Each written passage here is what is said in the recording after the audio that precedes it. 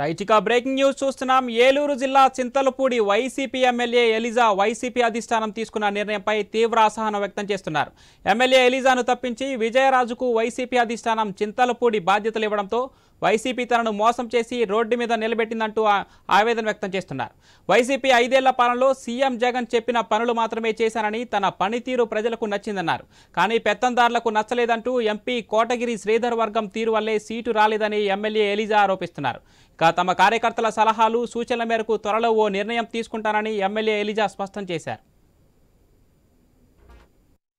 నిరంతరం ప్రజలకు అందుబాటులో ఉంటూ కనీసం అర్ధరాత్రి పూట ఎవరు వచ్చినా కానీ 11ంటికి 10ంటికి ఎవరన్నా వచ్చినా కానీ వాళ్ళని అటెండ్ అవుతూ నేను ఈ నియోజకవర్గంలో ఉన్నాను.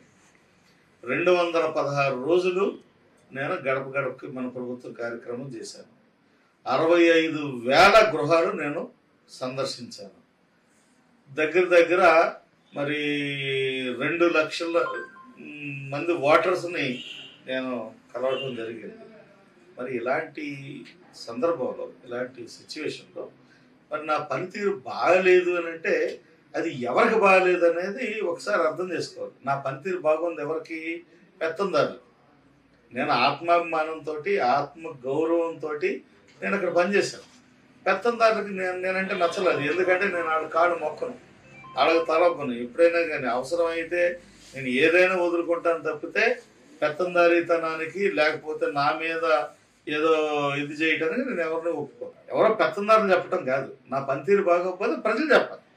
ఆ పనితీరు బాగోకపోతే కనీసం ఇప్పుడు 5 ఏళ్ళు అయింది. 5 ఏళ్ళలో పనితీరు బాగుండే లాస్ట్లో ఈ 3 నెలల ముందు, 4 నెలల ముందు పనితీరు బాగలేదని చెప్పడం ఏంటి? ఇది చాలా కుట్రపూరితంగా జరిగినట్టు.